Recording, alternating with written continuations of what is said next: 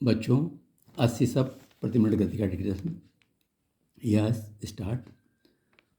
5 राज्यों के चुनावों की घोषणा होने के साथ ही लोक लुभावन घोषणाओं का सिलसिला कायम हो गया है।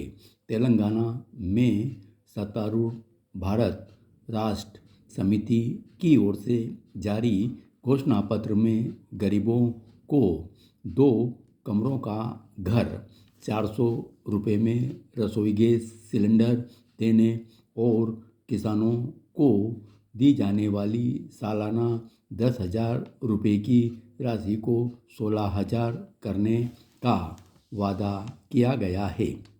इसी के साथ पुरानी पेंशन योजना पर विचार करने का आश्वासन दिया गया है। इसके जवाब में तेलंगाना कांग्रेस नेताओं ने भी ऐसे संकेत दिए हैं कि वे अपने घोषणा पत्र में विवाह के समय लड़कियों को 1 लाख रुपए के साथ 10 ग्राम सोना और छात्रों को मुफ्त इंटरनेट दे सकते हैं। मध्य प्रदेश में कांग्रेस की ओर से जो घोषणा पत्र जारी किया गया है उसमें किसानों का कर्ज माफ़ करने के साथ 100 यूनिट तक मुफ्त एवं 200 यूनिट तक आधे मूल्य पर बिजली देने का वादा किया गया है। कांग्रेस ने यह आश्वासन भी दिया है कि वह किसानों का बकाया बिजली बिल माफ़ कर देगी। उसने पुरानी पेंशन योजना लागू करने का वादा करने के साथ यह भी कहा है कि वह IPL की टीम बनाने की कोशिश करेगी। साफ है, राजनीतिक दल लोक लुभावन घोषणाओं के मामले में किसी भी सीमा तक जाने को तैयार हैं। जब कोई एक दल लोक लुभावन घोषणाएं करता है तो दूसरा भी वैसा ही करने को विवश हो जाता है। इसी कारण ऐसी घोषणाएं करने की होड़ बढ़ती जा रही है। चुनाव के पहले लोक लुभावन घोषणाएं करना कोई नई बात नहीं है, लेकिन अब ऐसी घोषणाएं कुछ ज़्यादा ही होने लगी हैं। इसका कारण यह है कि कुछ दल ऐसी घोषणाएं करके सत्ता में आने में सफल रहे हैं। अब सभी दलों को यह लगने लगा है कि मुफ्त बिजली, पानी, मोबाइल, लैपटॉप, साइकिल, स्कूटी आदि देने की घोषणाएं करके चुनाव जीते जा सकते हैं। प्रधानमंत्री मोदी लोक लुभावन घोषणाओं को रेवड़ी संस्कृति बताते यह कह चुके हैं कि इस संस्कृति के चलते देश का आर्थिक ढांचा चरमरा सकता है। लेकिन कई दल इस संस्कृति का बचाव कर रहे हैं। वे यह भी कहते हैं कि खुद भाजपा भी तो लोक लुभावन घोषणाएं करती हैं। रेवड़ी संस्कृति इसीलिए फल फूल रही है क्योंकि जो योजना किसी के लिए रेवड़ी है वही किसी अन्य के लिए जन कल्याण। राजनीतिक दल यह समझने को तैयार नहीं कि कौन सी योजना लोगों को आत्मनिर्भर बना सकती है और कौन उन्हें अपने पैरों पर खड़ा करने से रोक सकती है। निसंदेह कई योजनाएं ऐसी होती हैं जो निर्धन तबके को आत्मनिर्भर बनाने के साथ उनके जीवन को सुगम बनाती है। ऐसी कई योजनाएं मोदी सरकार भी चला रही हैं।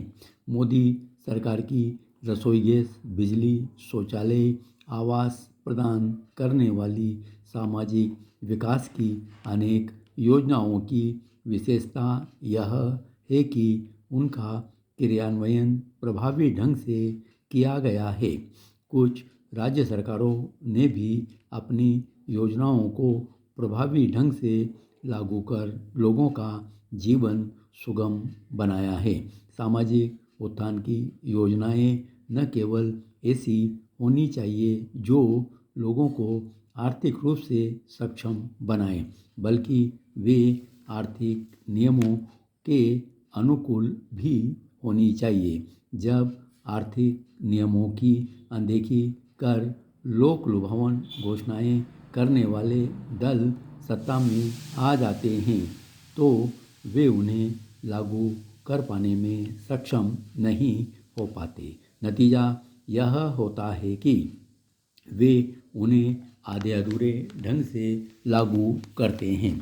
कोई भी सरकार अपनी लोक लुभावन घोषणाएं तभी पूरी कर सकती है जब वह आर्थिक रूप से सक्षम हो। मोदी सरकार कल्याण की अनेक योजनाएं संचालित कर पा रही हैं तो इसीलिए कि देश की अर्थव्यवस्था तेजी से बढ़ रही है। विश्व में शायद ही कोई ऐसा देश हो जहां कमजोर तबके के उत्थान के लिए शिक्षा स्वास्थ्य से जुड़ी सामाजिक योजनाएं न चलती हो। लेकिन जो देश आर्थिक नियमों की अनदेखी करके ऐसी योजनाएं चलाते हैं वे आर्थिक संकट से घिर जाते हैं। ऐसे अनेक देशों के उदाहरण हमारे सामने हैं। इनमें कई यूरोपीय देश भी हैं और पाकिस्तान सरीखे देश भी। अपने देश में आर्थिक नियमों की अनदेखी कर लोक लुभावन घोषणाएं करने वाले दलों की संख्या बढ़ती जा रही है। इनमें उन राज्यों के भी दल हैं जिनकी आर्थिक स्थिति कमजोर है। चुनाव वाले राज्यों और विशेष रूप से मध्य प्रदेश, राजस्थान और छत्तीसगढ़ के बारे में रिजर्व बैंक साफ तौर पर कह चुका है कि इन राज्यों पर बढ़ता कर्ज लंबे समय तक बरकरार नहीं रखा जा सकता।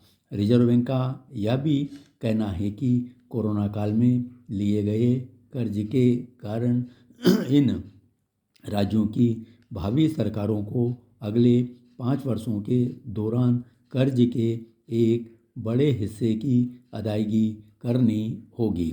समस्या यह है कि राजनीतिक दल इस पर विचार करने को तैयार नहीं कि यदि राजस्व संग्रह का एक बड़ा हिस्सा लोक लुभावन वादों को पूरा करने में खप जाता है तो फिर विकास के काम कैसे होंगे।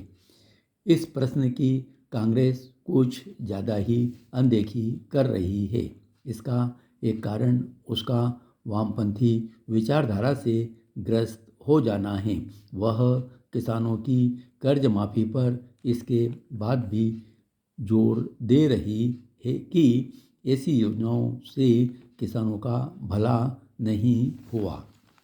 रेवड़ी संस्कृति को लेकर सुप्रीम कोर्ट से लेकर रिजर्व बैंक तक अपनी चिंता जता चुका है, लेकिन राजनीतिक दल बेपरवाह होकर लोक लुभावन घोषणाएं करके एक तरह से वोट खरीदने का काम ही कर रहे हैं।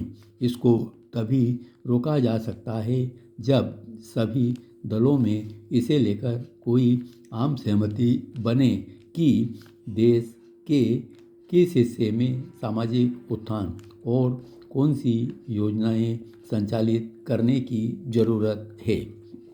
इस सहमति को आचार संहिता का हिस्सा बनाने के साथ संसद से स्वीकृति भी ली जानी चाहिए।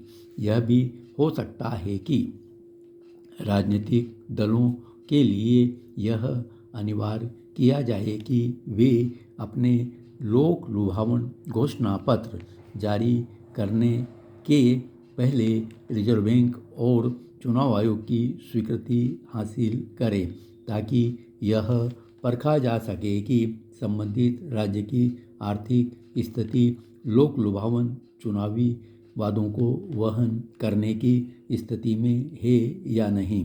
समय आ गया है कि चुनाव आयोग जैसी किसी अन्य संस्था को ऐसे अधिकार मिले कि वह राजनीतिक दलों को अनाप शनाप लोक लुभावन घोषणाएं करने से रोक सके। धन्यवाद।